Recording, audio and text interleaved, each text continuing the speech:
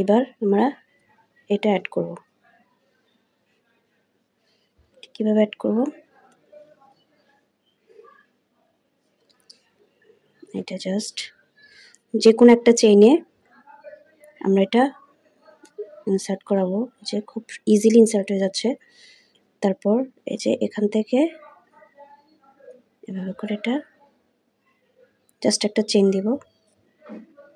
এই যে চেইন দেওয়াতে এটা কি হয়ে গেল, এখানে লক হয়ে গেল, ঠিক আছে। এরপর একই সিঙ্গেল ক্রোশেতে একই স্টিচের মধ্যে আমরা একটা হাফ ডাবল ক্রোশে করব।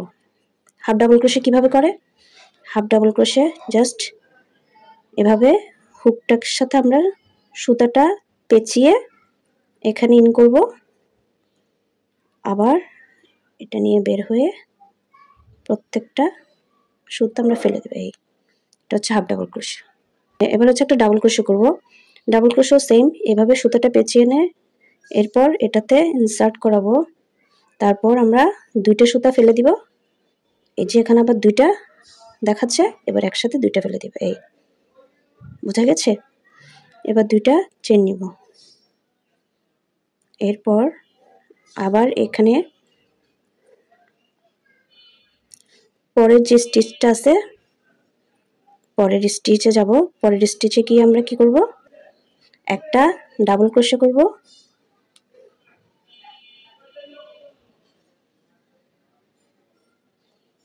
আর একটা হাফ ডাবল ক্রোশে করব একই স্টিচে, ঠিক আছে।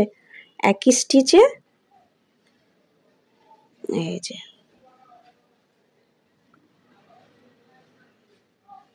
তারপর একটা চেইন হবে।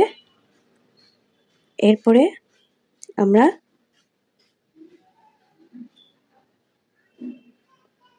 পাশের যে এর পরের যে স্টিচ সেখানে এটা লক করে দেব, এখানে একটা স্টিচ দেব। এটা হচ্ছে আমাদের কি স্লিপ স্টিচ যেটা বলে, আমরা স্লিপ স্টিচ করলাম। স্লিপ স্টিচ করার পরে আমরা আবার একটা চেইন নিব।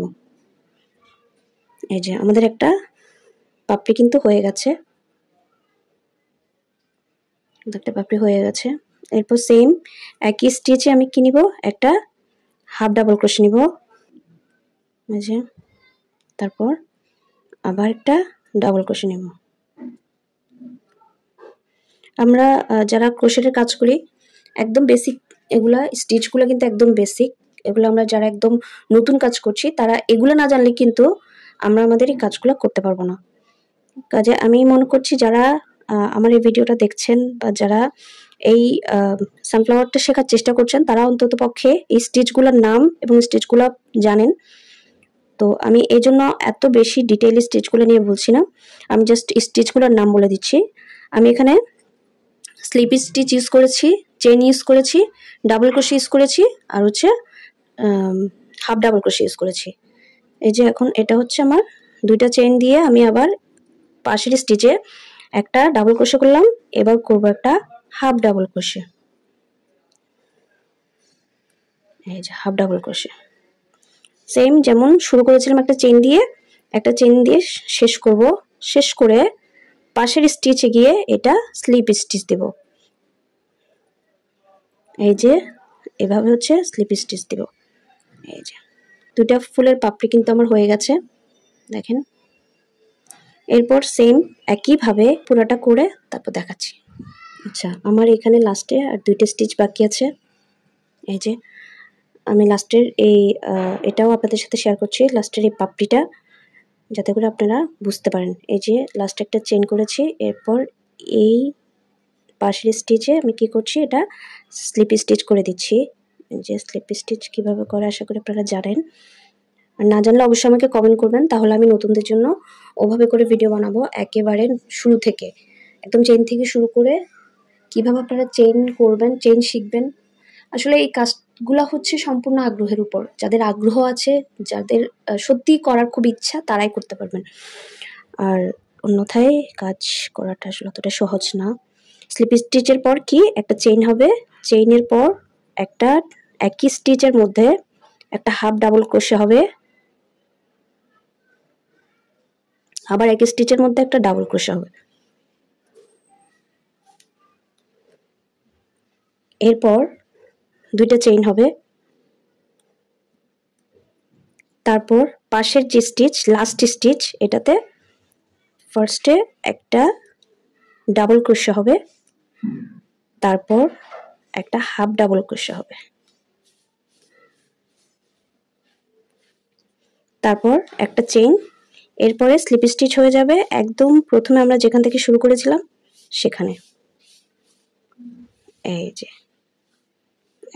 শেষ, কাজ শেষ। এরপর এটা আরেকটা স্লিপ স্টিচ দিয়ে একটা চেইন দিয়ে আমি এটা ক্লোজ করে দিচ্ছি। এই যে সুতাটা কেটে নিলাম, একটু ভালো করে টেনে টাইট করে দেব, তাহলে টাইটও হবে প্লাস শেপটাও আসবে। দেখুন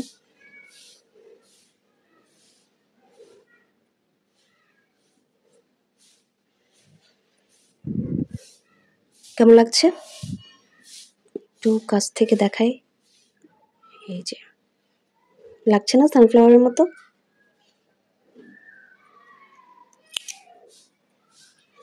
পর এটা আমরা একটু হাইড করে নেব। কিভাবে হাইড করব? পেছন দিকে যে স্টিচগুলো আছে এখানে মধ্যে সেটা ইনসার্ট করে দেব, এভাবে করে পুরোটাতে ইনসার্ট করে দিতে হবে। এইভাবে করে আমি এখানে ইনসার্ট করিয়ে কাট করে দেবেন। আমি এখানে কাট করে দিচ্ছি। এই যে দেখেন,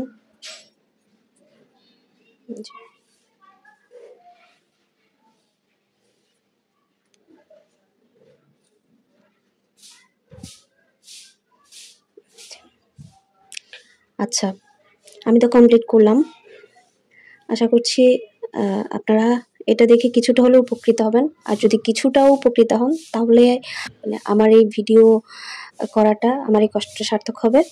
আর অনেকেই আমার ভিডিও দেখেন, আমি দেখি সেটা, অনেকে আমার ভিডিও দেখেন বাট কোনো ধরনের কোনো কমেন্ট করেন না, জানি না কেন, বা তেমন একটা রিয়াক্টও করেন না। তো আশা করছি নেক্সট টাইম থেকে আপনারা আমার ভিডিওগুলোতে রিয়াক্ট দিবেন, কমেন্ট করবেন, ভালো মন্দ তো অবশ্যই জানাবেন। আর আপনাদের প্রত্যেকটা পরামর্শ, প্রত্যেকটা কমেন্ট আমার কাছে খুবই গুরুত্বপূর্ণ। তো আজকের জন্য আমি এখানে শেষ করছি। সবাই অনেক বেশি ভালো থাকবেন, আমাদের জন্য দোয়া করবেন। আল্লাহ হাফেজ, আসসালামু আলাইকুম।